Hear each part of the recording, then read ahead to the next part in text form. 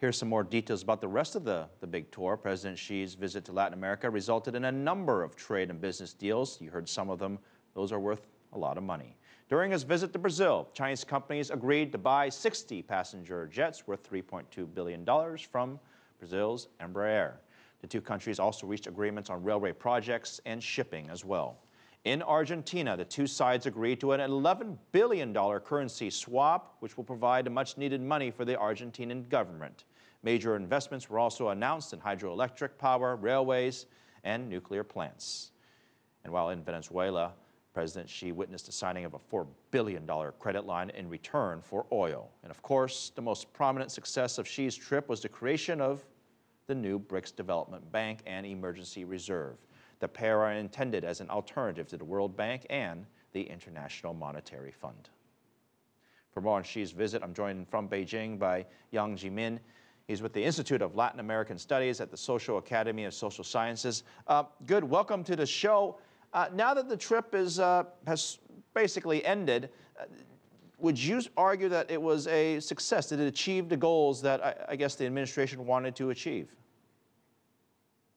Yes, from my view, I think it's a successful and fruitful visit to Latin America, because the president not only held talks with his counterparts of Latin American countries, both sides have decided to set up a new platform, China-CELAC Forum. I think under the new basis, both sides can have the overall cooperation in the future. I mean, it's quite obvious China has taken a very keen interest in Latin America, and a lot of folks would, I guess, who don't know the history between the two areas would ask why. Perhaps you can help us understand to the rest of the world why China is so interested and wants this good relationship with all these countries in South America. You know, during the last 2 decades, both China and Latin America have established a very good friendship, bilateral diplomatic relations. I think it laid a very good base for the future cooperation.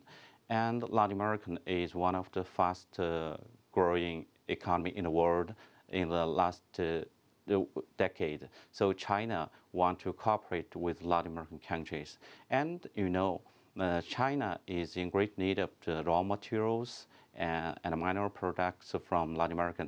And Latin America is rich in such field. So both sides have the very good cooperation base. So that's why China wants to have the further cooperation with the region. I mean, it's interesting you brought up the raw materials, because some in China are saying that China should not focus so much on raw materials, because it gives, I guess, gives the impression to the rest of the world that China would only care about raw materials, which is not necessarily the case, but they do need the raw materials. How does China balance that fine line?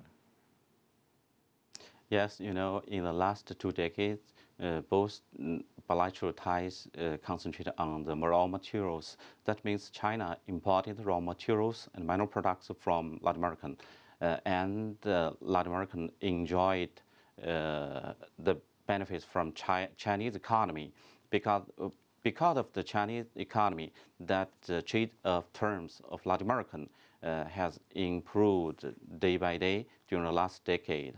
But after the financial crisis and also with the slowing down of Chinese economy, both sides should transform the economic pattern.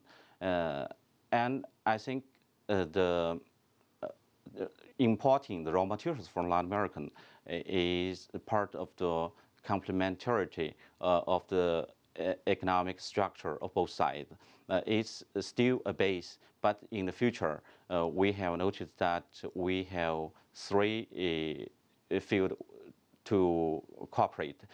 The first one is trade, the other is investment, and the last one is financial cooperation. Let me ask you something. I saw something here that's quite interesting. China is known around the world for what they did for the railways. The high-speed railways they built around the world is nothing short of spectacular and amazing. Now, the reports are that China is looking at trying to build a railway across the countries in Latin America. And I would assume it's multiple countries. Tell us a little bit what you know about this and how I mean, it seems impossible, but I guess nothing's impossible. How possible is this as a likely outcome? Yeah, I also noticed the news that China, Peru, and Brazil want to cooperate to build the Continental railway system.